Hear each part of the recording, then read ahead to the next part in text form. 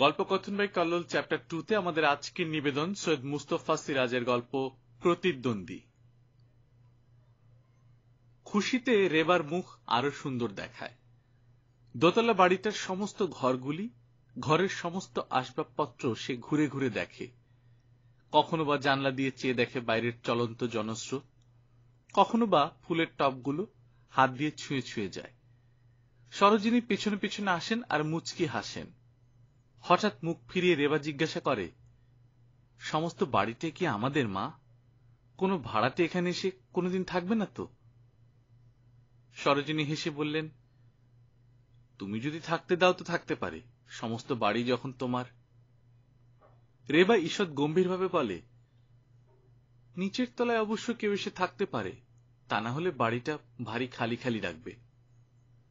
সরোজিনী সহাস্যে জবাব দেন, তা কি করে হবে মা? গোটা নিচের তলাটাই যে অবিনাশের স্টুডিও। রেবা আরো গম্ভীর হয়ে যায়, ঠিক তাই তো। ওর মুখের উপর থেকে সহজে চোখ ফিরিয়ে নিতে ইচ্ছে করে না সরোজিনীর। পাথর কেটে অবিনাশ যেসব মূর্তি গড়ে, তারই একখানা যেন হঠাৎ জীবন্ত হয়ে উঠেছে। দীর্ঘকাল ধরে এর জন্যই যেন সে এতকাল প্রতীক্ষা করছিল। দেশে বিদেশে শুধু রূপ খুঁজেই বেরিয়েছে অবিনাশ, কিন্তু কিছুতেই কোনো মেয়েকে তার পছন্দ হয়নি। সরোজিনী বলতেন, তোর কপালে আছে কালো কুষ্টি মেয়ে, অত বাছাবাছির ফল কি কোনোদিন ভালো হয়? শ্যামবাজারের এক অখ্যাত গলিতে মধ্যবিত্ত এক কেরানির ঘরে এমন রূপ যে এতদিন লুকিয়ে ছিল, তা অবিনাশের ছাড়া আর কার চোখে পড়বে? সারা জীবন ধরে পৃথিবীতে যে কেবল রূপ খুঁজেছে আর সৃষ্টি করেছে। অবিনাশের স্টুডিওতে ঢুকে রেবা কিছুক্ষণ চুপ করে দাঁড়িয়ে থাকে, তারপর খিলখিল করে হেসে ওঠে। সত্যি কি অদ্ভুত মানুষ তুমি! আমি কতক্ষণ ধরে দাঁড়িয়ে আছি, তুমি মোটের টেরই পেলে না। কি একটা অসমাপ্ত মূর্তির সামনে নিবিষ্ট মনে অবিনাশ কাজ করে যাচ্ছিল। মৃদু হেসে ঘাড় ফেরালো। আগে থেকে টের পেলে অমন মিষ্টি হাসি কি শুনতে পেতাম? হাসি বন্ধ করে রেবা জবাব দেয়, মা গো, কি অসভ্য তুমি! কিন্তু অসাধারণ ক্ষমতা তোমার। এত বড় আর অমন সুন্দর বাড়ি আমাদের বিজয় কাকাও করতে পারেনি। তুমি যে এত বড় লোক, তা সত্যি সত্যি আগে বিশ্বাস হয়নি। কেমন একটু ম্লান ছায়া পড়ে অবিনাশের মুখে। মৃদু হেসে বলে, তাই নাকি? জবাব না দিয়ে বড় বুদ্ধ মূর্তিটার দিকে রেবা একবার তাকায়, আর অবিনাশ অপেক্ষমান ভাবে তাকিয়ে থাকে রেবার দিকে। নিশ্চয় সুন্দর কোনো মন্তব্য এবার তার মুখ দিয়ে বেরোবে। কিন্তু ততক্ষণে জানলা দিয়ে রেবার দৃষ্টি গিয়ে পড়েছে রাস্তার উপর। এই শোনো, শিগগির এসো, যদি দেখবে তো ছুটে এসো শিগগির। রেবার কলকণ্ঠ উচ্ছ্বসিত হয়ে ওঠে। অনন্যোপায় হয়ে অবিনাশকে উঠে আসতে হয়। কি? রেবা বলে, দেখো, ভিখারিটার দুটো পাই কাটা, তবু হামাগুড়ি দিয়ে কিভাবে এগিয়ে যাচ্ছে দেখো। পা নেই, তবু চলবে। যদি নিজেদের বাড়িতে থাকতুম, চেঁচিয়ে ওকে আমি ঠিক এদিকে ডেকে আনতুম, কিন্তু এখানে তা করতে গেলে লোকে নিন্দা করবে। কিন্তু যাই বলো, ভারী অদ্ভুত লাগছে আমার। একটা পাও নেই, তবু ওর চলা থামছে না। অবিনাশ এক মুহূর্ত চুপ করে থাকে, তারপর বলে, আর আমার তৈরি মূর্তিগুলোর দুটো করে পা থাকা সত্ত্বেও এক পাও কেউ নড়ছে না, তাই নয়? কিন্তু জানো রে বা, নড়ে ওরা ঠিকই, কেবল সকলের তার চোখে পড়ে না। পুত্তলিকার চোখ আছে, দেখতে পায় না। আসলে তেমন পুতুলের সংখ্যা মানুষদের মধ্যেই বেশি। মূঢ় দৃষ্টিতে রেবা স্বামীর দিকে তাকায়। কথার অর্থ সবটা বুঝতে না পারলেও ক্রোধের আভাসটা তার কাছে অস্পষ্ট থাকে না। অবিনাশ তার উপর রাগ করেছে, কিন্তু কেন? বড় বড় শিল্পীদের মেজাজ কি এইরকম? অবিনাশ যে তাকে পছন্দ করবে, এ কথা বাড়ির কেউ ধারণা করতে পারেনি। বাংলাদেশের নামকরা শিল্পী অবিনাশ, অনেক নামকরা সুন্দরীকে সে অপছন্দ করেছে। রেবাকে যে তার পছন্দ হয়ে গেছে, এটা রেবার ভাগ্য আর শিল্পীর খেয়াল। বর্দার মুখে এই ধরনের ব্যাখ্যাই সে শুনেছে। মা বলেছিলেন, আর তো কোনো দিক থেকে আপত্তির কোনো কারণ নেই বিভূতি। তোদের মুখে শুনছি বাংলাদেশের ইনি একজন নামকরা লোক, অবস্থাও খুব ভালো। কিন্তু আমার রেবার তুলনায় বয়সটা একটু যেন বেশি মনে হয়। 35-40-এর কম কি হবে? আর বাধা দিয়ে বিভূতি বলেছে, পুরুষের পক্ষে ও আবার একটা বয়স? সবাই তো আর তোমার বড় ছেলের মতো নয় যে বাল্যকালেই বিয়ের পর্বটা শেষ করে রাখবে। সমাজে খ্যাতি প্রতিপত্তি অর্জন করে তবে আজকাল ছেলেরা বিয়ে করে। আর যে দিনকাল, তাতে প্রতিষ্ঠিত হতে হতে লোকের অতটুকু বয়সের প্রয়োজন হয়। এ তো আর বাপদাদার আমলের সম্পত্তি পেয়ে বড়লোক হয়নি, কিংবা পাট রসুনের কারবারে সিন্দুক ভরেনি। শিল্পের সেবা করেছে। একদিক থেকে এসেছে যশ, আর একদিক থেকে অর্থ। শুধু মূর্তিকেই তো গড়েনি, নিজের প্রতিষ্ঠাকেও গড়ে তুলেছে। হ্যাঁ, আর কি আপত্তির কথা বলছিলে? সৌদামিনী ভয়ে ভয়ে বলেছেন, না না, আমার আবার আপত্তির কি কারণ থাকতে পারে? পাঁচুরমা বলছিল, ভদ্রলোকের চেহারাখানা দেখতে ঠিক ভদ্রলোকের ছেলের মতো নয়। লক্ষ্মী প্রতিমার মতো রূপ আমার রেবার, তার বরের চেহারা যদি এমন হয়। পাঁচুর মাই বলছিল। বিভূতি কিছুক্ষণ ক্রুদ্ধ দৃষ্টিতে তাকিয়ে থেকে তারপর জবাব দিয়েছে, বাড়ির ঝি বুঝি হয়ে উঠেছে তোমার পরামর্শদাতা। বেশ তো, সেই তোমার মেয়ের বিয়ের ব্যবস্থা করুক। আমরা তো জানতুম পুরুষের রূপের প্রয়োজন হয় না, যশ আর ঐশ্বর্যই যথার্থ রূপ। কন্যা বরায়তে রূপম, কথাটা বুঝি কন্যার জবানিতেই তুমি বললে? কিন্তু এক রূপ ছাড়া তোমার মেয়ের আর কি আছে বলো তো? 16-17 বছর বয়স হয়েছে, ভালো করে বাংলা একখানা বই পর্যন্ত পড়তে পারে না। সংসারের কাজকর্ম কি জানে না জানে তুমিই জানো। চেষ্টাকে আমি কম করেছি? এই অভাব অনটনের সংসারেও দিয়েছিলাম তো ভর্তি করে। ফি বছর ফেল। রূপের গরবে অস্থির, আর পড়াশুনো। পাশের ঘর থেকে দাদা ও মায়ের কথোপকথন কান পেতে সব শুনেছে রেবা। মনে মনে প্রতিজ্ঞা করেছে, ভদ্রলোক এর চেয়েও যদি বুড়ো আর বিশ্রী চেহারার হতো, তাহলেও তার সঙ্গে বিয়ে হয় রেবার আপত্তি থাকত না। দাদার সংসারে আর এক মুহূর্ত তার থাকতে ইচ্ছে নেই। অবিনাশ অপলকে ওর দিকে চেয়েছিল। বিষণ্ণ চিন্তিত ভঙ্গিতে ভারী সুন্দর দেখাচ্ছে রেবাকে। এই ভঙ্গির একটি মূর্তি গড়তে হবে ওর। অবিনাশ মনে মনে ঠিক করল, কিন্তু মুহূর্ত খানেক মাত্র। তারপরেই রেবার ঠোঁটে আবার হাসি ফুটে উঠেছে। হাসছ যে? অবিনাশ একটু বিস্মিত হয়ে জিজ্ঞাসা করল। হাসি চাপতে চাপতে রেবা বলল, ছোটদার কথা মনে পড়ে গেল। দাদা হলে কি হবে, ভারী ফাজিল। কেন, কি ফাজলামি করেছেন তিনি? হাসিতে রেবা একেবারে ভেঙে পড়ল। তিনি? ছোটদা হয়ে পড়ল তিনি? আমার চেয়ে মাত্র 1.5 বছরের বড়, আর সেকেন্ড ইয়ারে পড়ে বলে তুমি তাকে তিনি বলবে? অবিনাশ হাসল। আচ্ছা, তা না হয় নাই বললুম, কিন্তু হাসছিলে কেন? ছোটদা কি বলেছিল জানো? তুমি আমায় বিয়ে করছো মডেল করবে বলে। প্রত্যেক আর্টিস্টেরই নাকি 2-1টি করে মডেল থাকে। অর্ডার মাফিক ঘন্টার পর ঘন্টা কিভাবে তাদের কর্তার সামনে দাঁড়িয়ে থাকতে হয় কোমর বাঁকিয়ে, ছোটদা তাই দেখাচ্ছিল। মাগো, এমন হাসাতে পারে ছোটদা! আর যাই করো, আমাকে কিন্তু তোমার মডেল হতে বলো না। ছোটদার ভঙ্গি আমার মনে পড়বে, আর হাসতে হাসতে আমি মারা পড়ব। অবিনাশের মুখ গম্ভীর হয়ে উঠেছে। আচ্ছা যাও, মারা তোমাকে পড়তে হবে না। দোরের বাইরে হঠাৎ চোখ পড়ে গেছে রেবার। কে, মনিরাম?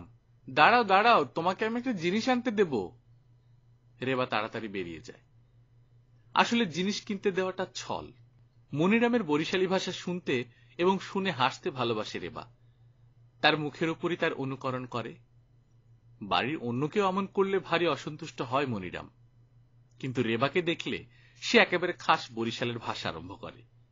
রেবা যত বেশি হাসে, উচ্চারণের টান মনিরাম তত বাড়িয়ে দেয়।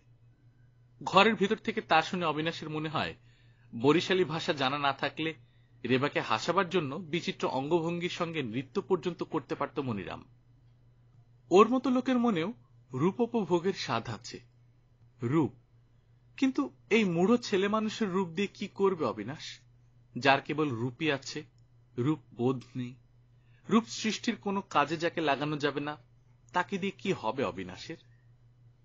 যত দিন যায় অবিনাশের বিরক্তি তত বেড়ে ওঠে। রেবার চঞ্চল প্রাণবত্তা কিছুর মধ্যেই যেন ধরে রাখা যায় না। যত ব্যর্থ হয় অবিনাশ, তত তার ক্রোধ বাড়ে। ইতিমধ্যে অনেকবার চেষ্টা করেছে রেবার মনে যাতে শিল্পবোধ আসে, কিন্তু কোনো লাভ হয়নি। এসব কথা তুললেই সে পালিয়ে যায়, কোনো না কোনো ছলে চলে যায় বাইরে। ইদানিং সযত্নে বরং সে অবিনাশকে পরিহার করেই চলতে চায়। নতুন একটি দেবমূর্তিতে হাত দিয়েছে অবিনাশ। ময়মনসিংহের কোন এক জমিদারের ষোড়শী কন্যা বিধবা হয়ে ফিরে এসেছে। তার মন যাতে প্রবোধ মানে ধর্মভাব জাগে, তার আয়োজনের অন্ত নেই। দেবমন্দির প্রতিষ্ঠিত হয়েছে, এবার দেবমূর্তির প্রয়োজন। মদন মোহনের মনুষ্য প্রমাণ মর্মর মূর্তি অবিনাশকে গড়ে দিতে হবে। খানিক পরে সরোজিনী ঘরে ঢুকলেন। এইমাত্র পুজোর ঘর থেকে তিনি বেরিয়ে এসেছেন। শ্বেত পাথরের রেকাবিতে দেবতার প্রসাদ, কয়েক খণ্ড শশা আর দুটি নতুন গুড়ের সন্দেশ তার নিজের হাতের তৈরি। হাত পাত অবিনাশ। কাজের সময় কারো বাধা অবিনাশ সহ্য করতে পারে না। ভ্রু কুঞ্চিত করে বিরক্তি সুরে বলে, কেন, হয়েছে কি? সরোজিনী প্রসন্ন হাসি হাসেন। কিছুই হয়নি, প্রসাদ নেই। ও, মিছিমিছি বিরক্ত করতে কেন আসো বলতো? প্রসাদের আমার দরকার হয় না, তোমার মতো পৌত্তলিক আমি নই, তা তো জানোই। সরোজিনী হাসে। তুই বা পৌত্তলিক কম কিসে? জীবন ভরে এত পুতুল আর কে গড়েছে? সরোজিনী সস্নেহ ব্যবহারের স্নিগ্ধতায় নিজের আচরণের জন্য মনে মনে লজ্জাবোধ করে অবিনাশ। হাত বাড়িয়ে একখণ্ড শশা তুলে নিয়ে বলে, তা ঠিক, পাথর কেটে কেটে সৌন্দর্য সৃষ্টির চেষ্টাই কেবল করলুম, নিজের জীবনকে সুন্দর করে গড়তে শিখলুম না। বাৎসল্য স্নিগ্ধ কণ্ঠে সরোজিনী জবাব দেন, কেন, কার চেয়ে তুই কম? কিন্তু পরের মেয়ের সঙ্গে অমন রুক্ষ ব্যবহার করিস না অবিনাশ। দেখিস নে, মেয়েটে কমাসের মধ্যে কেমন গম্ভীর হয়ে গেছে। ওর মুখ ভার দেখলে আমার ভালো লাগে না। ওর ম্লান বিষণ্ণ মুখ দেখলে আমার বুকের ভিতর যেন কেমন করে ওঠে। অবিনাশ জবাব দেয়, কিন্তু সংসারের লোককে মাঝে মাঝে গম্ভীর তো হতে হয়, মানুষের সেও তো এক রূপ। আচ্ছা, ওকে একবার পাঠিয়ে দিও তো এখানে। একটু পরে রেবা এসে উপস্থিত হয়। সত্যি ডেকেছ আমাকে?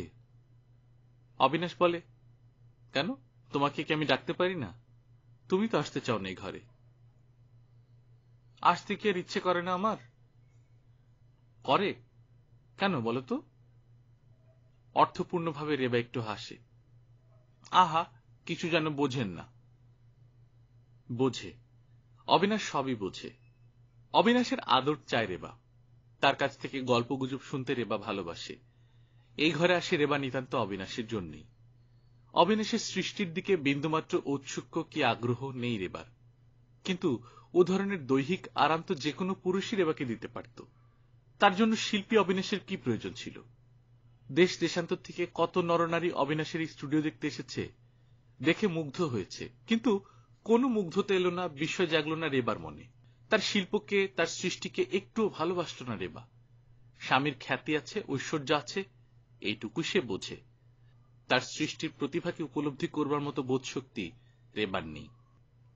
আচ্ছা রেবা, স্টুডিও ভরে নানা রকমের এত যে মূর্তি, এর কোনটি কি তোমার মনে আনন্দ দিতে পারলো না? এর কিছুই কি তোমার ভালো লাগেনি? সত্যি করে বলো তো। রেবা জবাব দেয়, বাহ, তোমার নিজের হাতে তৈরি জিনিস, আর আমার ভালো লাগবে না? সব আমার ভালো লাগে। নৈরাশ্যের বিবর্ণ হাসি অবিনাশের ঠোঁটে কিছুক্ষণ লেগে থাকে। ঝুলনের আগেই মূর্তি সম্পূর্ণ করে পাঠিয়ে দিতে হবে। দিনরাত অবিশ্রান্ত পরিশ্রম করতে হয় অবিনাশকে। মূর্তি শেষ হয়ে গেছে, কিন্তু আশ্চর্য, জমিদারের তরফ থেকে কোনো খোঁজ খবর নেই। অবশেষে দুদিন পরে শহরের ম্যানেজার এসে উপস্থিত হলেন। অন্য কি কার্যোপলক্ষে তিনি কলকাতা এসেছিলেন। যাওয়ার পথে হয়ে গেলেন অবিনাশের বাড়ি। অবিনাশ বলল, কি ব্যাপার, মূর্তি কি নেয়ার ইচ্ছে নেই আপনাদের? ম্যানেজার বললেন, আমরা ভারী লজ্জিত মশাই, যার জন্য মূর্তির দরকার ছিল তার আর প্রয়োজন নেই। কেন? ম্যানেজার গোফের তলায় মুচকি হেসে বললেন, সেসব বড় ঘরের কথা, আমাদের মুখে সাজে না। অবিনাশ মহাবিরক্ত হয়ে উঠেছিল। বেশ, না সাজে না বলবেন, শুধু এইটুকু আমি শুনতে চাই, মূর্তিটি আপনারা নেবেন না আর কাউকে বিক্রি করে দেব? আহা, শুনুনই না মশাই আগাগোড়া, তারপর চটবেন। বলুন। বলবো কি মশাই, বড় ঘরের সব বড় বড় কথা। আমি কিন্তু আগে থাকতে একটু একটু টের পেয়েছিলাম, পুরনো মন্দিরের ঠিক সংলগ্ন আমার বাসা কিনা। আসতে যেতে সব আমার চোখে পড়ত। কর্তার গিন্নি অবশ্য বলা বলি করতেন, মল্লিকার ধর্মে ভারী মতি হয়েছে, ঠাকুরের ওপর অচলা ভক্তি। আমি দেখতুম ঠাকুরের ওপরই বটে, তবে শালগ্রাম ঠাকুরের ওপর নয়। পুরোহিত ঠাকুরের উপর। বুড়ো বাপের বাদ ব্যাধি হওয়ায় যজমানি কাজের ছোকরায় আসতো কিনা। তারপর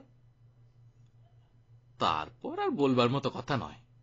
নানা কেলেঙ্কারি ব্যাপার। এই দুর্ঘটনার পর থেকে মেয়ে, মন্দির, মদনমোহন সবকিছুর উপরই কর্তা খেপে গেছেন। কার ঘাড়ে দুটো মাথা আছে যে মূর্তির কথা তাকে মনে করিয়ে দেবে? ম্যানেজার আরেকবার দেবমূর্তিটার দিকে তাকালেন। কিন্তু যাই বলুন, মূর্তিটি ভারী চমৎকার হয়েছে আপনার। অবশ্য মুখে দেবভাবের কিছু অভাব আছে। যাই হোক, আমি তার জমিদার নই, তার সামান্য কর্মচারী মাত্র। তার মতো অত টাকা তো আর দিতে পারবো না। 100-2 টাকার মধ্যে যদি দেন, আমি মূর্তিখানি নিয়ে যাই। ক্রোধে বিকৃত হয়ে উঠল অবিনাশের মুখ। আগে না, ধন্যবাদ। পাশের ঘর থেকে জানলা দিয়ে মুখ বাড়িয়ে রেবা সব শুনছিল আর সকৌতুকে হাসছিল। অবিনাশের কর্কশ কণ্ঠে চমকে উঠল। রাগলে যেন আরো বেশি কুষ্টি দেখায় অবিনাশের মুখ। আর তারই পাশে চোখে পড়ল মদনমোহনের মূর্তি। স্থির প্রসন্ন হাসি মুখটিতে অনুক্ষণ লেগে রয়েছে। সত্যি ভারী সুন্দর হয়েছে তো মূর্তিখানা। মনে মনে কথাটা রেবা আবৃত্তি করল। ম্যানেজার বিদায় নিলে রেবা ছুটে এলো ঘরে। এই শোনো, এই মূর্তিটি কাউকে বিক্রি করতে পারবে না। ওটা আমি নেব, ভারী চমৎকার হয়েছে। অবিনাশ শ্লেষের হাসি হাসল। ম্যানেজারের মুখ থেকে কথাটা মুখস্থ করে নিয়েছো বুঝি? বাহ, তা কেন? সত্যি আমার ভারী ভালো লেগেছে। অবিনাশ বলল, তাই নাকি? আমার অসীম সৌভাগ্য।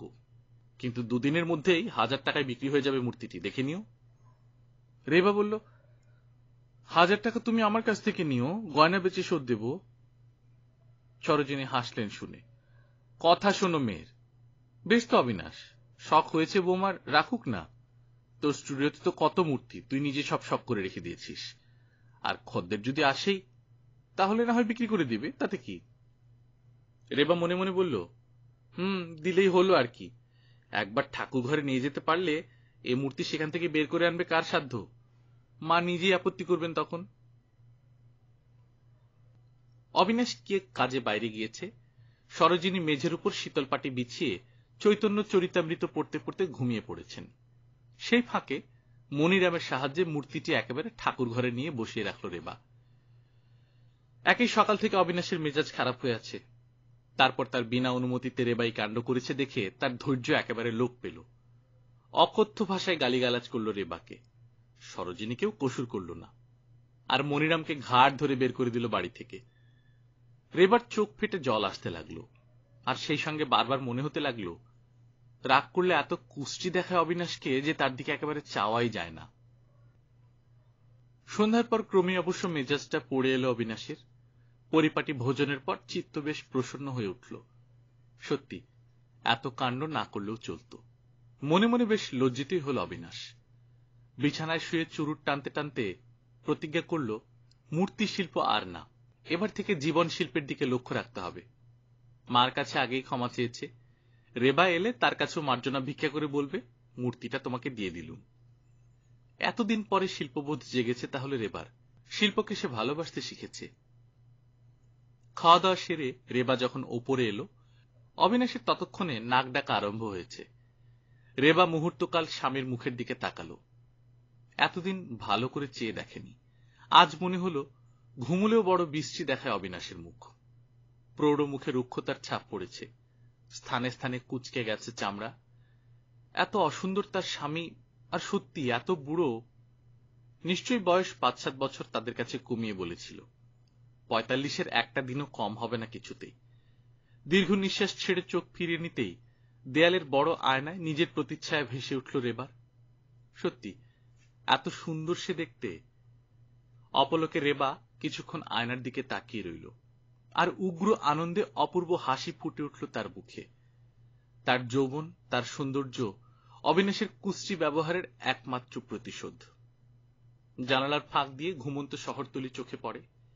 নারকেল গাছগুলোর মাথার উপর গোল হয়ে উঠেছে চাঁদ। সমস্ত পৃথিবী জ্যোৎস্নায় ভেসে গেছে। এখানে অবিনাশের কোনো অস্তিত্ব নেই। তার কথা অনায়াসে বিস্তৃত হওয়া যায়। অপূর্ব আনন্দে সমস্ত মন উদ্বেলিত হয়ে উঠেছে রেবার। দেরাজ থেকে চাবি নিয়ে কাচের আলমারি খুলে একখানা স্কাই ব্লু শাড়ি সর্বাঙ্গে জড়িয়ে নিল রেবা। ড্রেসিং টেবিলের ওপর প্রসাধনের নানা টুকিটাকি আসবাব। কৌটো খুলে আঙুলের ডগায় ক্রিম নিয়ে সস্নেহে নিজের সুগৌর কপলে বুলিয়ে নিল। দেশি বিদেশি নানা রঙের ফুলদানিগুলি সাজিয়ে রেখেছে। তার ভেতর থেকে বেলকুড়ির মালাটা তুলে নিয়ে ঘনবদ্ধ কবরীতে রেবা জড়াতে লাগল। পাশের ঘর থেকে সরোজিনী এই সময় ডেকে বললেন, বোমা, ঘুমিয়েছ? এক মুহূর্ত নিঃশ্বাস রোধ করে রাখল রেবা। তারপর কম্পিত কণ্ঠে জবাব দিল, না। সরোজিনী বললেন, ঠাকুর ঘর বোধহয় খোলা রেখে এসেছ। রাত বিরেতে কিছু একটা ঘরে ঢুকবে, যাও বন্ধ করে এসো। মদন মোহনের প্রসন্ন সুন্দর মুখ হঠাৎ রেবার চোখের উপর ভেসে উঠল। স্নিগ্ধ কণ্ঠে জবাব দিল, যাই মা। খানিক পরে ঘুম ভাঙল অবিনাশের। উজ্জ্বল আলোয় সমস্ত আসবাবপত্র সুস্পষ্ট দেখা যাচ্ছে, কিন্তু বিছানা শূন্য। ঘরের কোথাও রেবা নেই। মনে মনে হেসে অবিনাশ বিছানা ছেড়ে উঠে পড়ল। নিশ্চয়ই রেবা কোথাও বাইরে দাঁড়িয়ে রয়েছে অভিমানে। আজ অবিনাশের মানভঞ্জনের পালা। নিঃশব্দে পা টিপে টিপে বেরোল অবিনাশ। হঠাৎ পিছন থেকে আলিঙ্গনাবদ্ধ করে চমকে দেবে রেবাকে। তেমনি নিঃশব্দে পায়ে বাড়ির সবগুলো ঘর দেখতে দেখতে রেবাকে খুঁজে বেড়াল অবিনাশ, কিন্তু কোথাও রেবার দেখা মিলল না। হঠাৎ অবিনাশের চোখে পড়ল সরোজিনীর পূজার ঘর থেকে নীলাভ আলো বিচ্ছুরিত হচ্ছে। এত রাতে কে ওখানে? রেবা কি শেষ পর্যন্ত ঠাকুর ঘরে ঢুকেছে? অবিনাশ নিঃশব্দে এগিয়ে গেল। ভেজানো দরজাটা আস্তে ঠেলে দিল অবিনাশ। তারপর স্তব্ধ হয়ে দাঁড়িয়ে পড়ল। নরম নীল আলোয় সমস্ত কক্ষটি অপূর্ব রহস্যময় হয়ে উঠেছে। মদন মোহনের গলায় দুলছে বেলকুড়ির মালা, আর তার সামনে আরেকটি মর্মর মূর্তির মতো রেবা দাঁড়িয়ে। মাথার আঁচল খসে পড়েছে মাটিতে। হাতের মোমবাতি থেকে গলিত মোম ঝরে ঝরে পড়ছে সেই আঁচলের ওপর। রেবা! অবিনাশের কণ্ঠ করুণ আর্তনাদের মতো কক্ষময় প্রতিধ্বনিত হল। চমকে উঠে মুখ ফিরাল রেবা। লজ্জায় শঙ্কায় অপূর্ব সুন্দর দুটি চোখ। গল্পকথন বাই কল্লোল চ্যাপ্টার 2 তে আপনারা শুনছিলেন সৈয়দ মুস্তফা সিরাজের গল্প প্রতিদ্বন্দ্বী। আমরা নিয়মিত গল্প পাঠ করে শোনাচ্ছি। আপনারা যারা প্রথমবার মতো শুনছেন, কাইন্ডলি সাবস্ক্রাইব করে নেবেন। গল্প পাঠ ভালো লাগলে বন্ধুদের সাথে শেয়ার করবেন। নিজে ভালো থাকবেন, আশেপাশের লোকজনকে ভালো রাখবেন। টাটা।